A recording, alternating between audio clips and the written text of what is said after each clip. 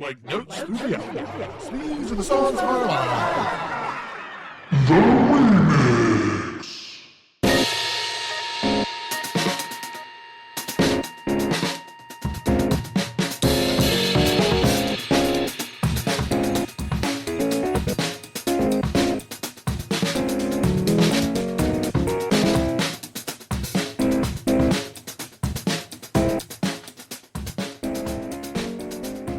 Hello and welcome to the latest episode of Songs of Our Lives. I'm Brad Rose. I'm an artist, a composer, a writer, the founder of Foxy Digitalis, and someone who thinks about music and sound far more than is healthy.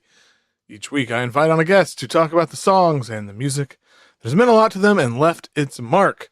Previous guests include White Boy Scream, Dorian Wood, Claire Rousset, Maurice, Wendy Eisenberg, so many more. This week, welcome back to the show. Friend of the show, one of my favorites. It's Patrick Shiroishi. Woo! So excited to have Patrick back on the show. When I started doing remix episodes earlier this year, he was one of the first people that I contacted, and you know, life happens. Schedules are hard to make work, but then serendipity happens, and he has an incredible new album coming out this Friday on American Dream, September 19th, called "Forgetting Is Violence." And here we are. It's a hell of an album. His solo albums just continue. God, he just continues to really hone his practice and expand it and find new avenues to explore while still, holding that true essence of what makes Patrick's work so compelling and so moving. This album is no exception. I'm pretty smitten with it. I'll be honest. I've listened to it a lot. I just keep going back to it. It's one that it's like I can listen to it all the way through, which is obviously a thing I do all the time. But like, I'll find myself just wanting to hear certain tracks, and I'll be like, and then I'll put it on repeat. And so it's just really got some incredible moments and some real staying power. And Patrick's the best. So everybody, check out the album if you haven't already. You know you're gonna love it. And as always, thanks for listening. Please leave a rating, review, subscribe, all those things wherever you listen to podcasts, because it helps with all the algorithmic bullshit. And you can join the Patreon, patreon.com/FoxyDigitalis. Get the episodes a little bit early. They're longer. They got more in them, and they have no ads. So, that's pretty good. $3 a month. Why not, right? Thanks to everybody for supporting the cause. All right, that is it. Forgetting Is Violence is out on Friday, September 19th on American Dreams. This episode was so much fun. Hope you all enjoy it.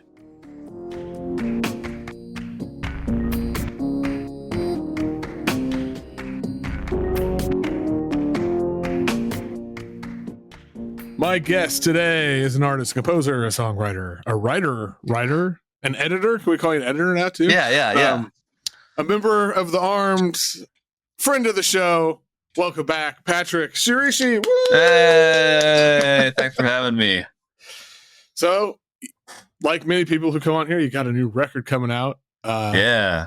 Forgetting Is Violence is out on September 19th via the always trusty American Dreams. Yep. Shout out Jordan and the team.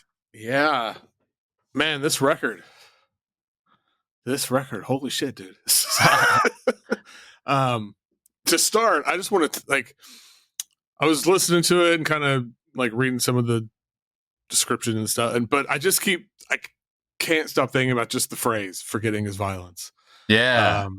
And the more you think about it, the more it hits you. Totally. I'm kind of. I wish I could take credit from for the title, but it actually came from a conversation I had with a dear friend, Kimiko. And yeah, it was. We were in a. It was. I don't know if it was a conversation we had or there was a anniversary for the executive order that placed all the Japanese Americans in the camps.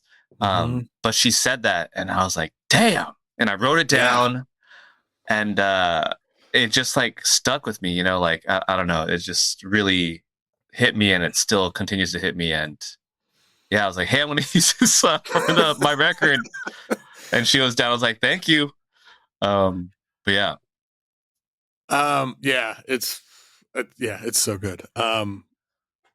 props to your friend for. Shout out Kimiko.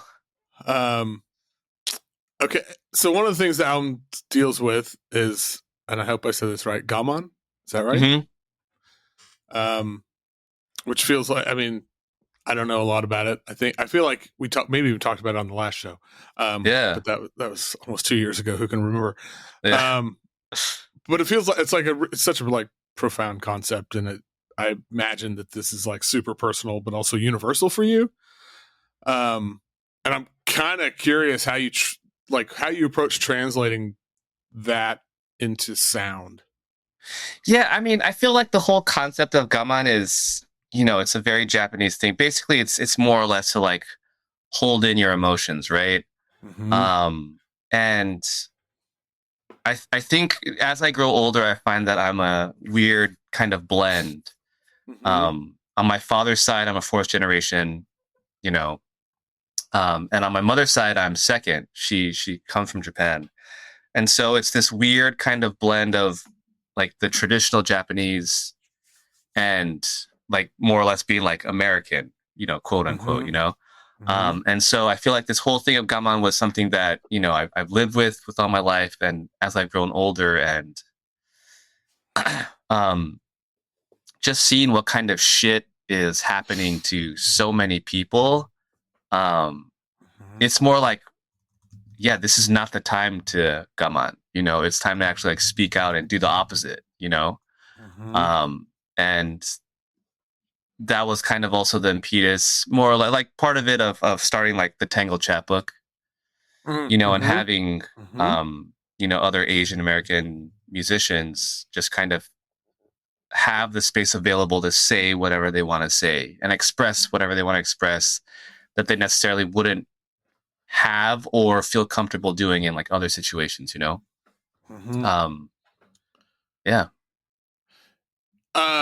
Yeah, the chat. I was going to ask you. I guess it's a good time to chat. Can you just? I'm excited. I haven't seen the chat book yet. Is it out yet? I don't. It's going to drop the same day as the record. Oh, okay. But this is a third iteration. Yeah. Of it, which is awesome. I'll send you the PDF for the first two. Oh, cool. But, yeah. I think it's so cool that you're doing that and you continue to do it. I mean, this is like I said, it's the third one. Do you see that it's just this continued like ongoing project? I would love for it to continue. I think part of it, I feel like that world is so different, and just shout out Jordan for being down to do this. It's like an expensive thing. Right. It's definitely, I mean, maybe we break even on just like the whole thing, but it's just like so expensive. But he really believes in it, and I'm so grateful. I feel like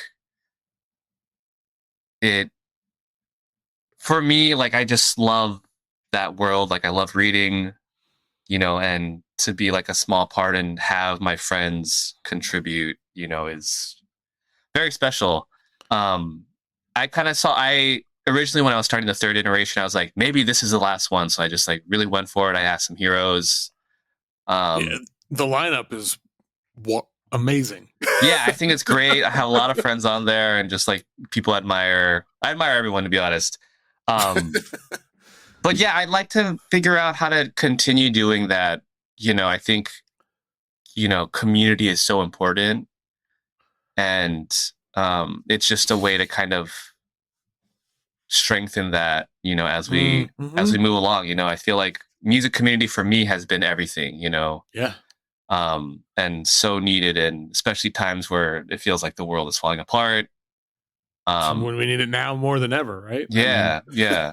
And so just, kind of continuing that and moving that forward and just reminding, everyone and especially myself that we're not alone in all of this. For real. Yeah.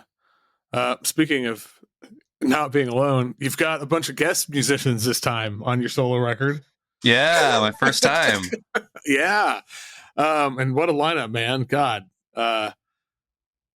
What made this feel like the right time for I mean, as you know, like collaboration has been very important in my practice. Yeah. And I think I kind of reached a point. This is the first record too, where I've taken like several years to have it kind of stew and develop. And I just thought, oh, maybe, having a different perspective or like an added perspective will like add to the music, and, Mm-hmm. Especially at the end where like I can't make all the cool, distortion overtones that Matt can, Right. I can't express myself the way Lane does, or just like have the mastery that like, Aaron and Faith and Gemma have. And just so, having them was truly a blessing. Like that I didn't have to really give them any instruction, they kind of just did them. That's And, awesome. they have such singular iconic voices to me. And the fact that they were able to be themselves, but also like strengthen the music, Mm-hmm. like, yeah, this record would not be what it is without them, for sure. Without all of them.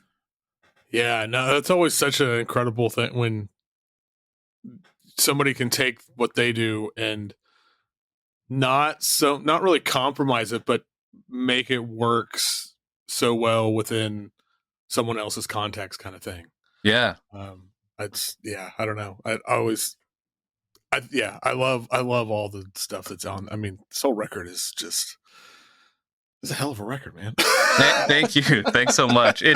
I'm very proud of it. I feel like a lot of the times after a record's done or something, I'm like, oh, I wish I could change something, or, Right. like, oh, this is, fucked up. But I feel like this is like, even with all its imperfections, I think I am very happy with how it turned out. Yeah. And of course, speaking of other voices, literally on the record, your aunt makes an appearance. That's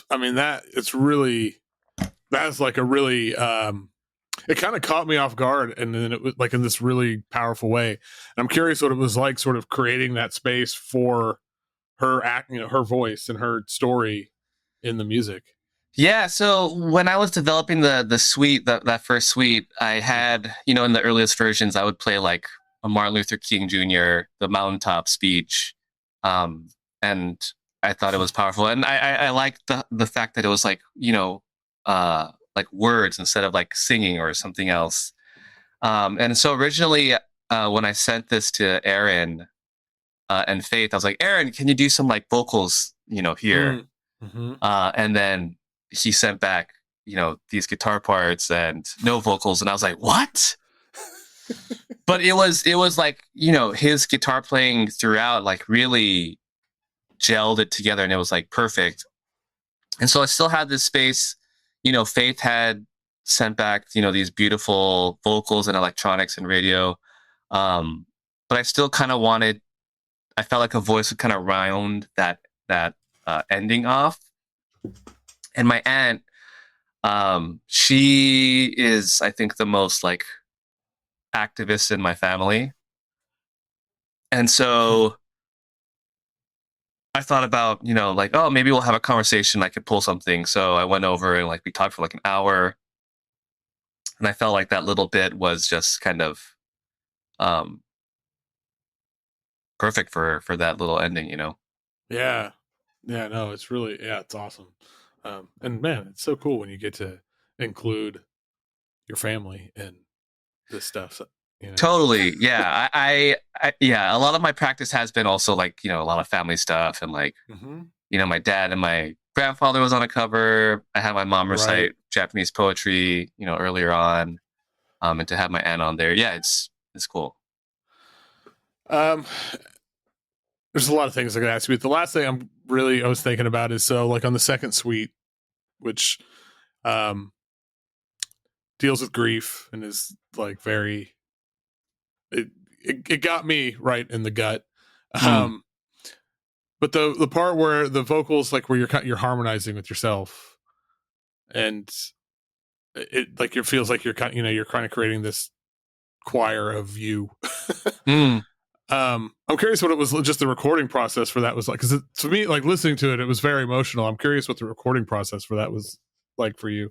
Yeah, I mean, it was cool. It was a lot of that was like kind of developed like at shows and like touring, and so a lot of it was like just loop pedals. When I would do it, and recording. I think when I was doing the bulk of the recording, it was like I was in like a certain headspace for sure. And I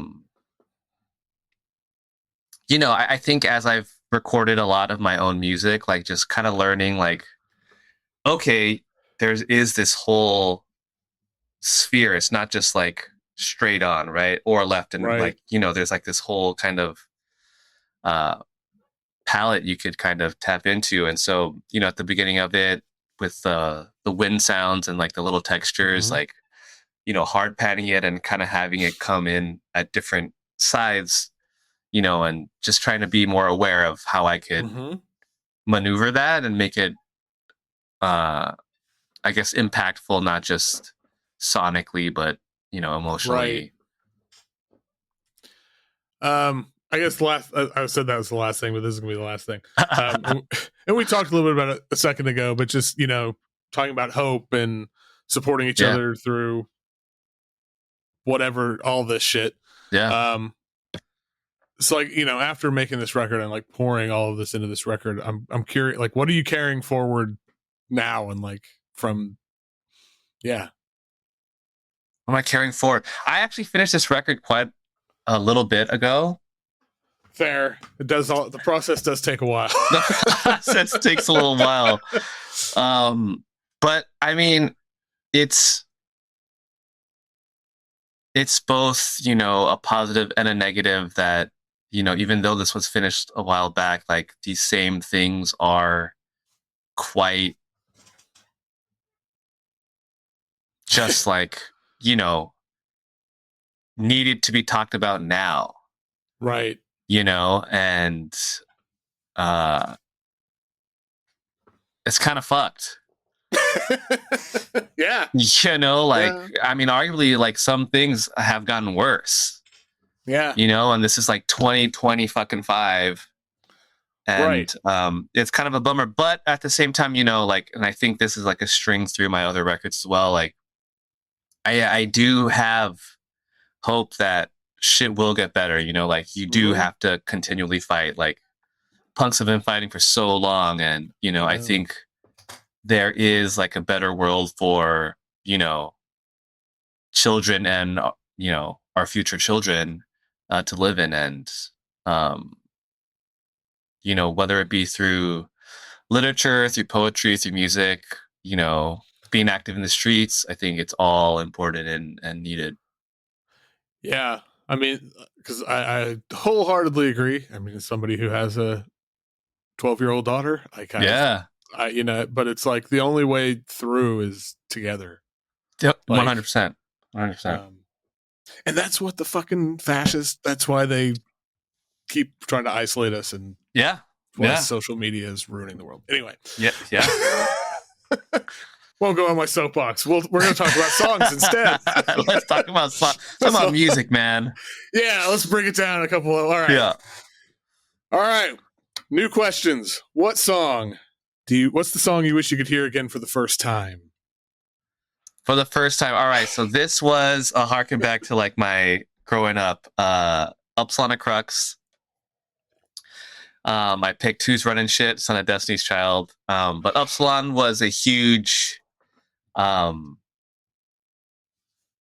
for me. I would go to the Smell and Perispace and watch them in my teens, like high school days, and I never really heard of like brutal prog before. And just seeing it live, I was like, whoa, what is happening? Like it took me like several shows to like even decipher, like, oh, this is not improvised. Like this is all written. And like that was huge for me. I think, in high school, of course, like, or middle school, like Blink-182 and like that was like an important listen. And then in high school, listening to Deerhoof and Blonde Redhead and like art music is like, oh, this is like huge. And then, being a kid and my parents were a little strict about going out. I never got to see that live. So going to the Smell and seeing other, art music and like brutal prog and like this scene and it was like, wow, like music is crazy. And it was just like, me and my friends would go, fucking every show that they were playing, and it was cool. And eventually, like years later, I actually got to join the band. Yeah. And was on a record we just recorded, a record this year. Oh shit. Yeah, which is super dense and awesome. But it was just like, I think, I still feel like discovery of like new music is like so important and cool, Mm-hmm. and that was just such a pivotal listening for me.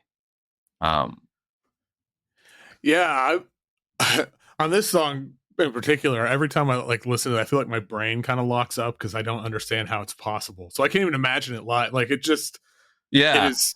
There's so much, and it's so fast and intricate, but it rips, and it's exhilarating. Like yeah, you have to like hang on. yeah. Have you like, as being part of the band now, like join it? Have you played this live? Do you guys ever do this? Yeah, I Like, mean, we would like play. I mean, we wouldn't play like the older material. okay, When I joined, it was like a quintet. It was 2 drums, yeah, 2 guitars, and I was playing Rhodes and saxophone. But everything we would like kind of work out and practice, and then we would play live to test it. And it's a lot of work for sure. yeah, There's maybe like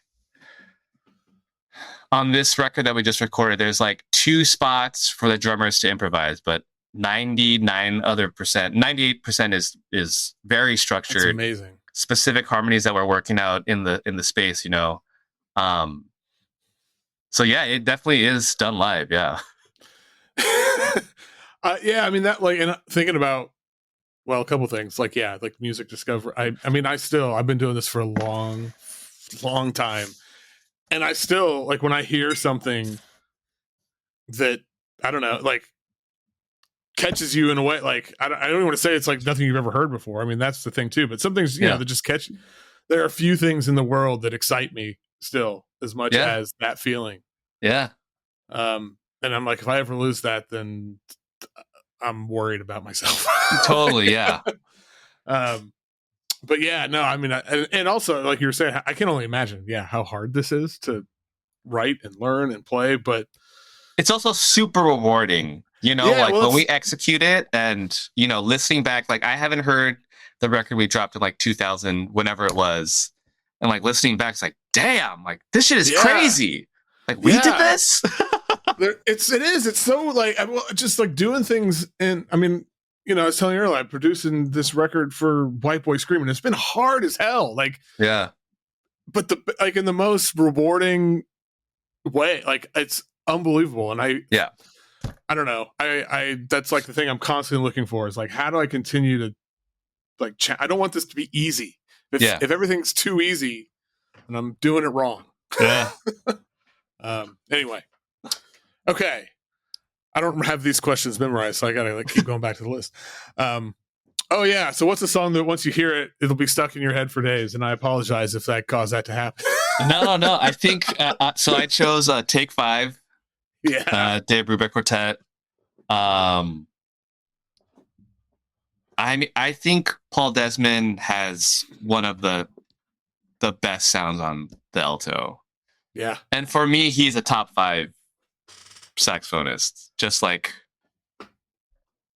it's him when he's playing. He's like so sweet and so melodic.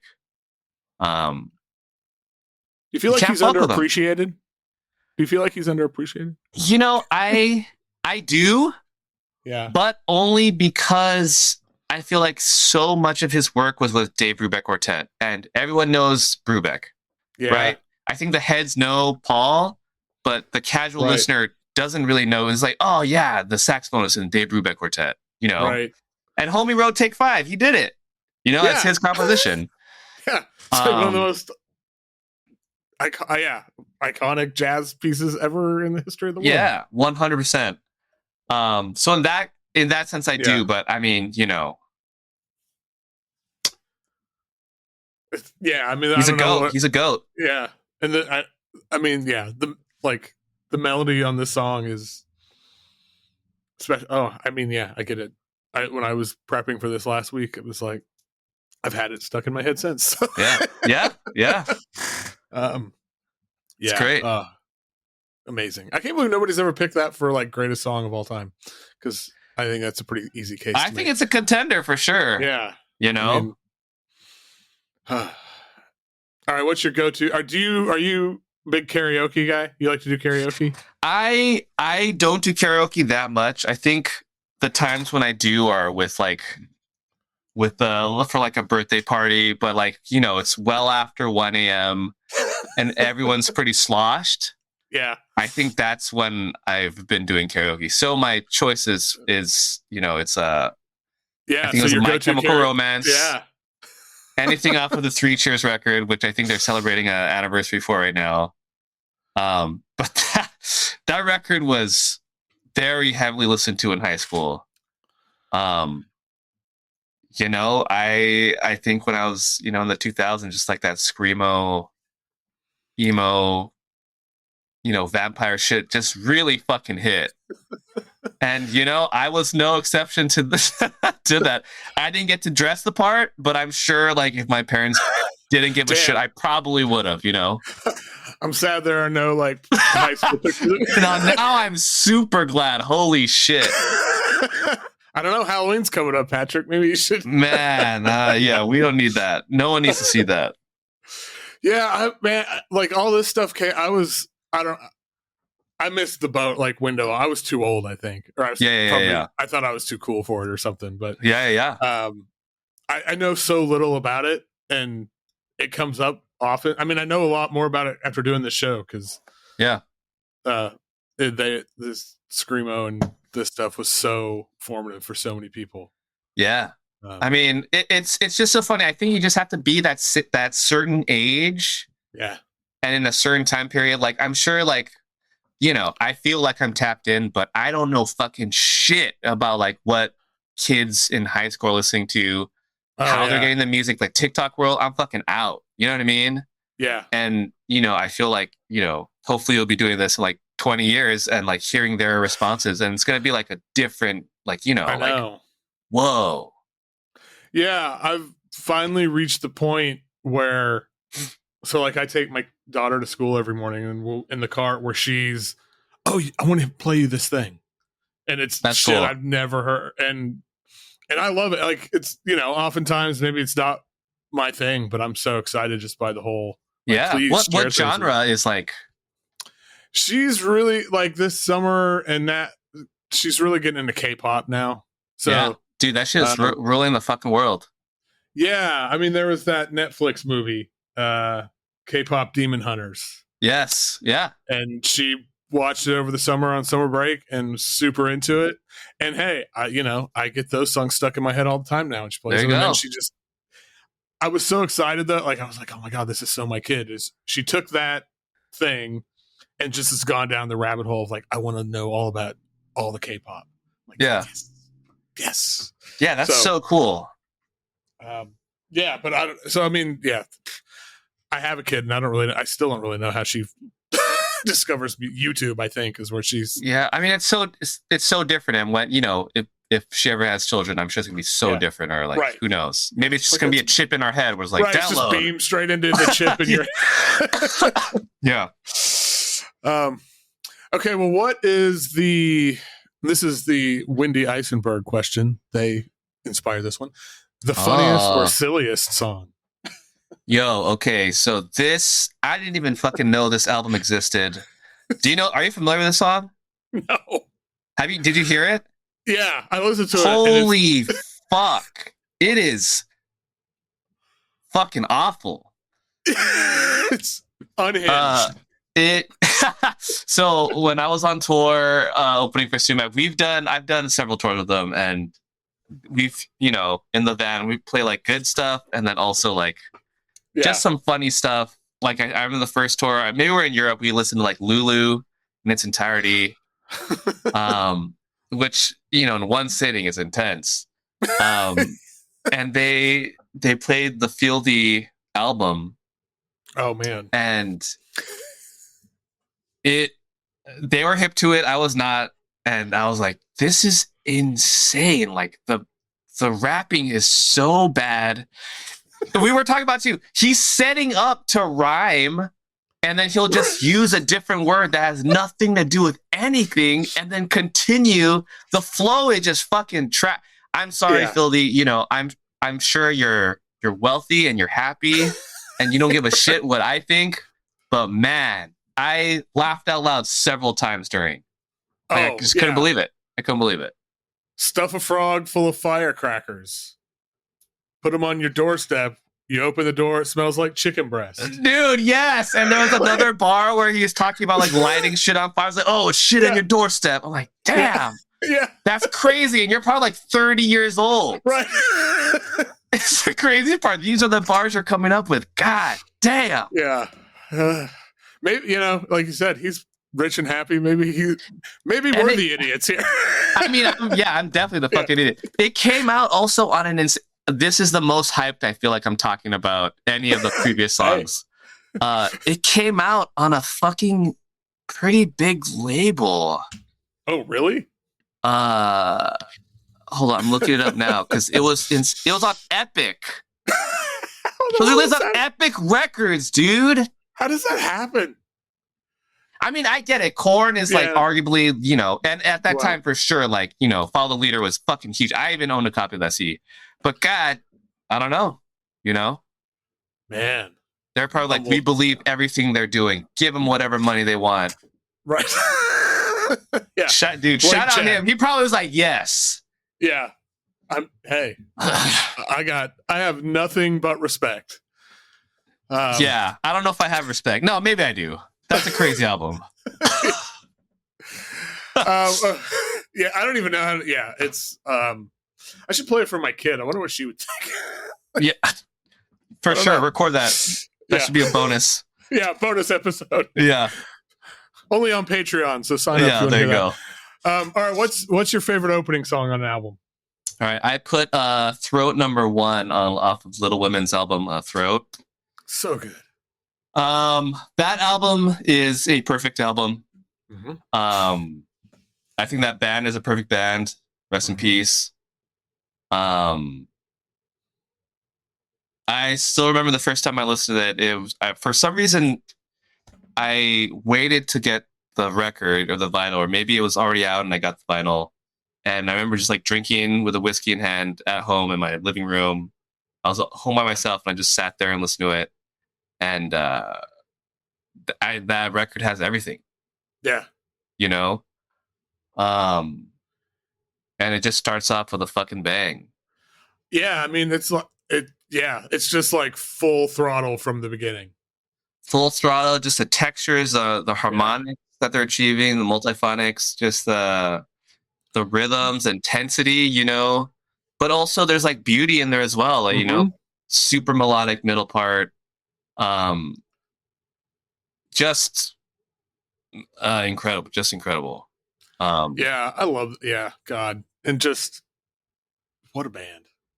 Yeah. What a band. I mean, those players I think are all goated for me, like just like of our previous like our current scene and just like in there, like they're all just you know. Yeah. I was listening to Darius's last record over the weekend. Again, the Legend of E-Boy. Yeah. I mean, I don't know. He's one of those people who his playing just takes me to another. Yeah, and his tone and his volume, like seeing that shit. Have you seen it live? No. You gotta see that shit. It hits different live. I bet. For all of them. Travis solo I saw long time. That shit just like was incredible. Maybe top 10 shows in my life. Oh man. Just watching Jason do his thing. I mean, you know, there's right. Like you said, they're all like goated. Yeah. There's nothing else to say. So if you don't know them, check all 4 of them out. Yeah. And Andrew solo record, fantastic. Just, you know. And if you haven't heard this Little Women record, oh yeah, buy that shit immediately. Hit pause and go buy it. Go buy it. All right, favorite closing track. Oh yes.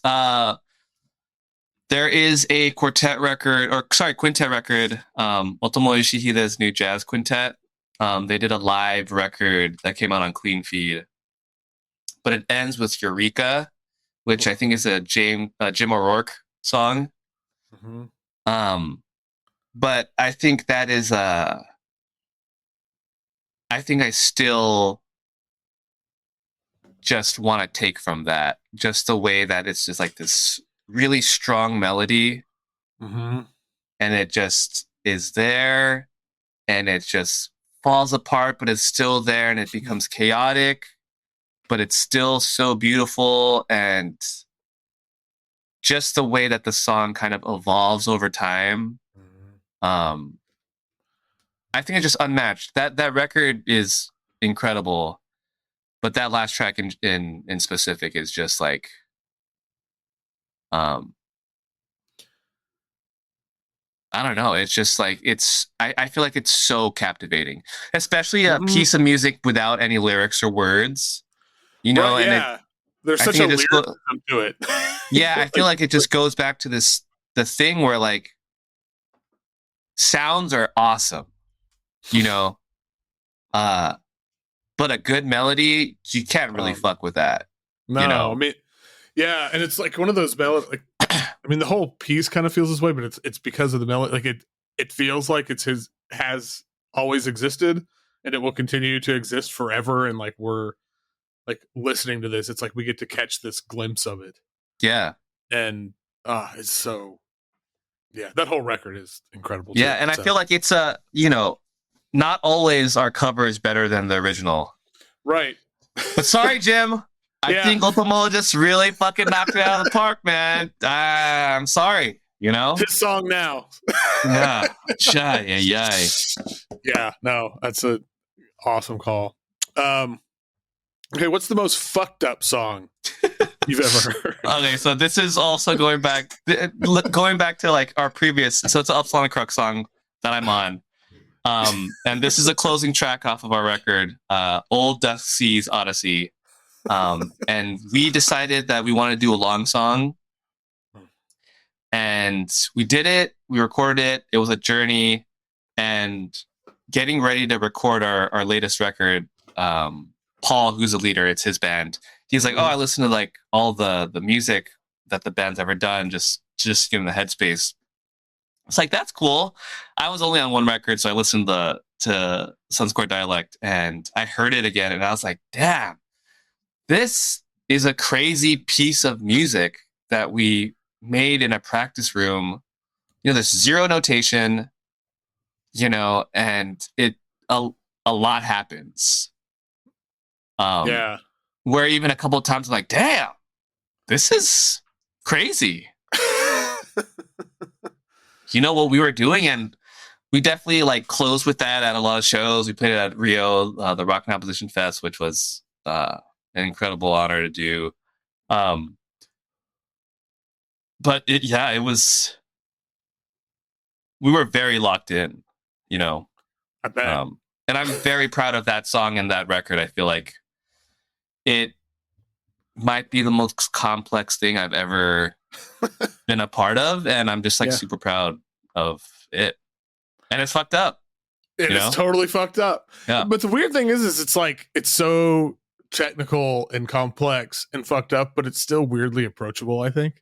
Like, yeah, I think it's a melodic. You know, we end with like a really rocking part, which was intentional. You know, like here's the payoff. Like we're just gonna fucking, you know, you made it nod through. Your head. Yeah. But there's also some fuckery, you know. But yeah, it's. I think it's pretty cool. Yeah, no, I'm still just really excited that you guys have a new record. Like, yeah, me too. Probably in a year or so, because the way things go, right? Yeah. Who knows? All right, what's your favorite love song? All right, so this is Napalm. She did Crossfire. But this was me and Amber's first dance song at our wedding. Yeah. I think we were like really into it when we were dating and first dating and everything. But it's I think Napalm and kind of Hiatus Coyote just kind of holds a special place in our heart. Mhm. When we were doing our engagement photos, we were kind of doing it without any music. And we were like, this is kind of fucking hard. And they dropped a new single like a little bit before that with Arthur. Oh, uh-huh. Doing the string arrangements. And so we just had that on repeat, and it kind of like got us in a more relaxed vibe, you know? Yeah. But yeah, she's just so fucking cool. Yeah. I think Nightfall is just so cool. She has such incredible just presence. Just 100%. Yeah. It's it's almost like a physical thing. Like you can see it coming. Like, yeah, it's like an aura. Yeah. Like her, like Erykah Badu, same thing, I feel. You know what I mean? Just like just a presence. Yeah. I don't know. Yeah. Very cool. All right. What's a song that you really love, but people don't get it? Whoever these people are. Some, I don't know. Damn, where did I put? Did I have an answer for this? Oh, maybe you didn't have an answer for I this might have taken it off. Oh. Man, you're shorting us. That's such a hard question. Yeah, okay, so when I was on tour, I was kind of thinking about this, and I was listening to different stuff. I feel like every song that I came up with like as a possibility, like I could call like I could figure out someone who liked it. Yeah, and you know, like I listen to a lot of different shit. Right. But also have like a lot of friends in different worlds. Yeah. You know, so feeling. Like I know there's songs that, you know, Amber would fucking hate. Right. But my friends over here absolutely love, you know. Right. Yeah. And I couldn't do it, so I pressed backspace on okay. What's a song that you really love but your wife can't stand? Damn, I mean, you know, so many black metal songs, so many hardcore songs, you know. Yeah. It's like me trying to listen to Rancid. No, what else? You like Rancid? No, I love Rancid. Oh, but nobody else. Like my friend Sam, my buddy that we did the podcast. We did this Rancid podcast every week for 2 years, and I can't fucking listen to Rancid anymore. I mean, that's pretty intense. That's pretty intense. I love how you did that. I think that's very fucking cool. Yeah, well, you know, they're very problematic people, but you know, not everyone's perfect. No, but hey, anyway. All right, I'm gonna look at. I think I have. It's an album by Dead in the Dirt. They have this album called The Blind Hole. Okay. And it's kind of like it's like 22 tracks, 23 minutes long. Oh, that's my kind of shit. It's, I think, of its genre, it's just like the best. This was their last album before they broke up, but it's just so fucking tight. The tones are incredible. The songs are incredible. They're all just like, it's like a 22, you know, punch to the gut every time. And just like sonically, it's incredible. And they're just three people. But definitely Amber would hate that. So I listened to that recently and popped in there. So there it is. I so want to start a band where like I love when a record is it's like 15 tracks, 17 minutes. Yeah. I really want to start a band that's what we do. But yeah, your whole set's the full length record in and out in 15. Amazing. Boom. Good night. All right, what is a song that makes you want to get up and move your body and shake that ass? I picked Future's Fuck Up Some Commas. Yes. Dude, I love Future. I fucking love Future too, I think Future is incredible. I think his sense of melody and his impact on the genre is like undeniable. Yep. I love especially Sad. Fuck Up the Commas is great. Like, Let's Fucking Go song. But I love Sad Future. Oh, I love Sad Future too, man. I think sad songs just really speak to me. I don't know why. But Sad Future, that is peak Future for me. Same. I love Future. And my sort of like get hyped before like an interview or before like a kind of for a show if I need to, is like "You Deserve It" from Pluto has been my Hey, song. deep cut.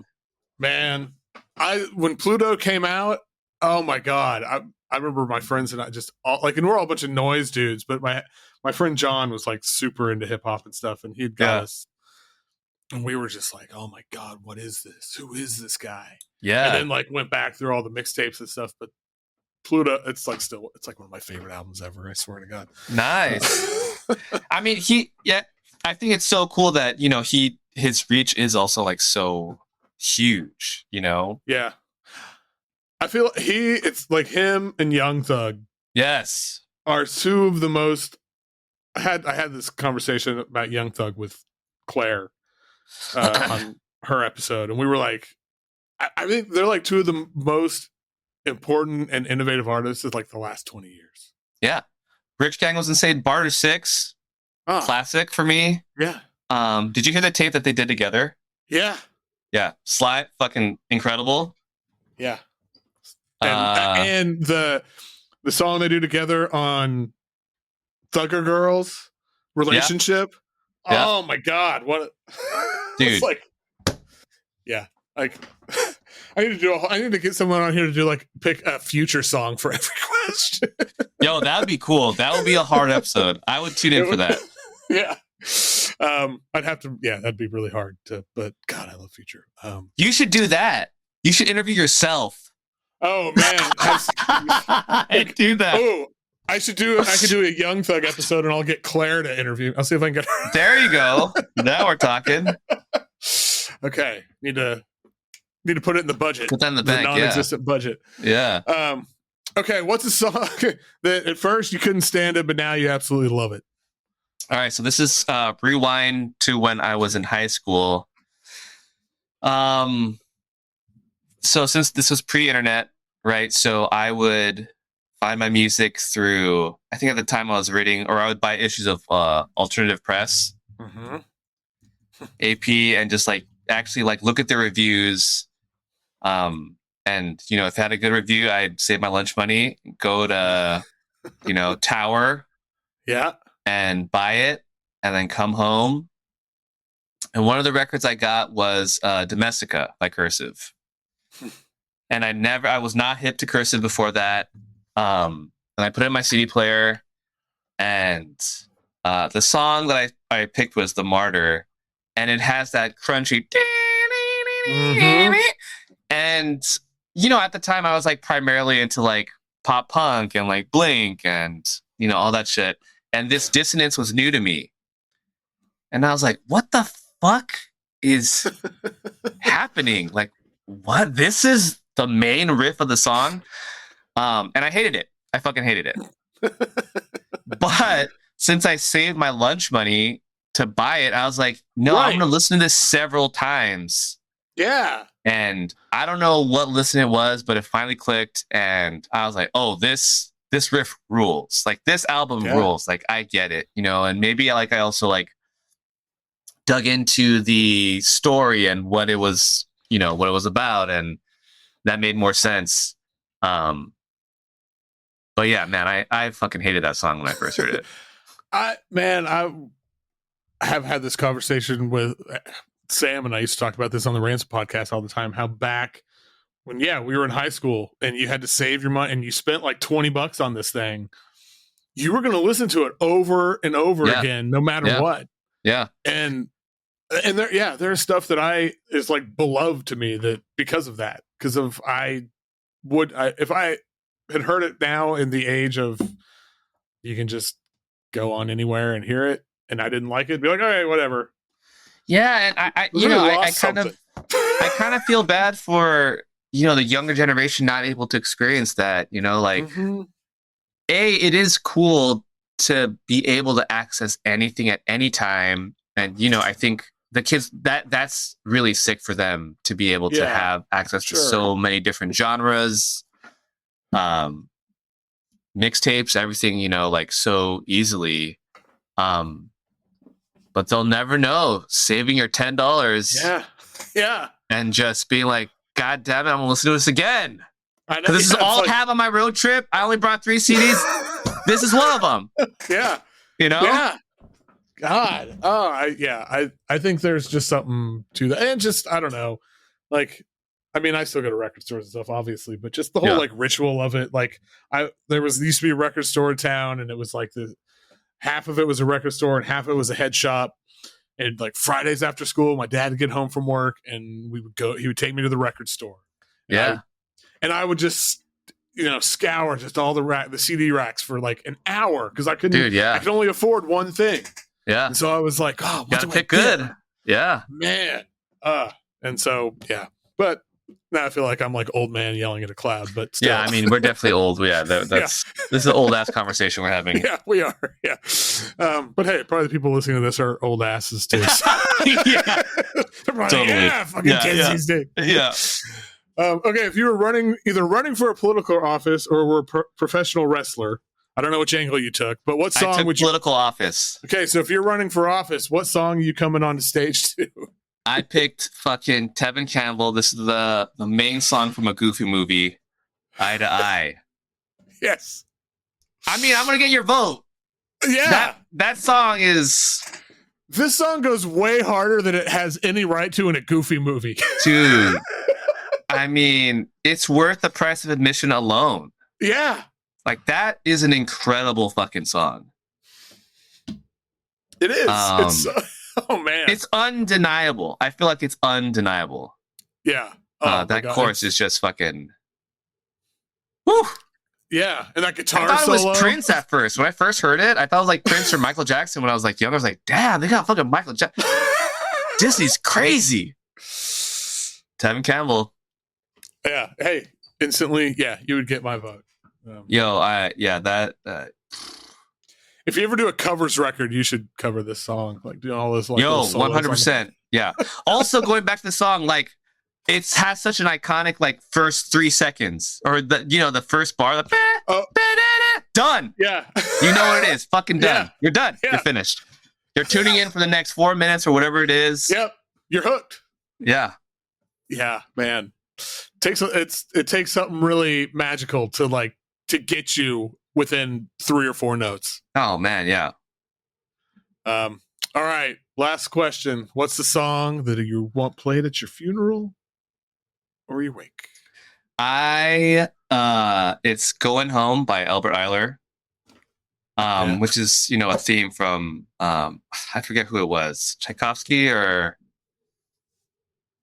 I can't remember. I forget what composer, but I think, going back to a lot of what we talked about, like the melody is just so perfect, so spiritual. I actually played this when my grandma passed away at her funeral. And I don't know. I think that song just had a special place in my heart. It really hit me when I first heard it. And I just like that melody, it's just like, and the title, it's like, that's all you need. Going home. But it's a song that's just like full of peace to me. Like it's, which is, no. I also love that it's, the version I love is Albert Eiler, and he's, I feel like in general, he's known for the more loud, abrasive, brash attacks, but like, he came from literally like, this background, and like he like melody and the spirituality that he has in his tone and his vibrato just like really, I think is really showcased in that album. Where a lot of it is just like piano and saxophone, but like it's very melodically driven, and I think it's very cool that it kind of showcases that artists can be multi-dimensional. Like you don't only have to be known as or for one thing, right? Right. We have interests in so many different things, and I feel like it kind of made me feel like it's okay if I wanted to do something loud and then something soft, or like, and then like a trio record, or whatever the fuck, and just normalizing that, you're not going to really know what you're going to listen to when you hear my music, but it's still me, hopefully that translates, but yeah, no, right there with you. Yeah. That's kind of a perfect place to end. Bury me in the ground. Thanks so much. Thank you again for thanks again for doing it. Yeah, thanks for having me, man. Looking forward to the third. It'll be happening, the reunion tour. Yeah. That's what we're and then maybe we'll have a fourth version, the anthology. There you go. Forgetting Is Violence, September 19th. American Dreams. Check it out. Got any shows or anything coming up you want to mention? Yeah, I'm gonna do like a short little headlining tour for the record. Colorado, Portland, and LA, and in October, and then Philly, Chicago, and New York in November. Beautiful. Come on out. Go see it.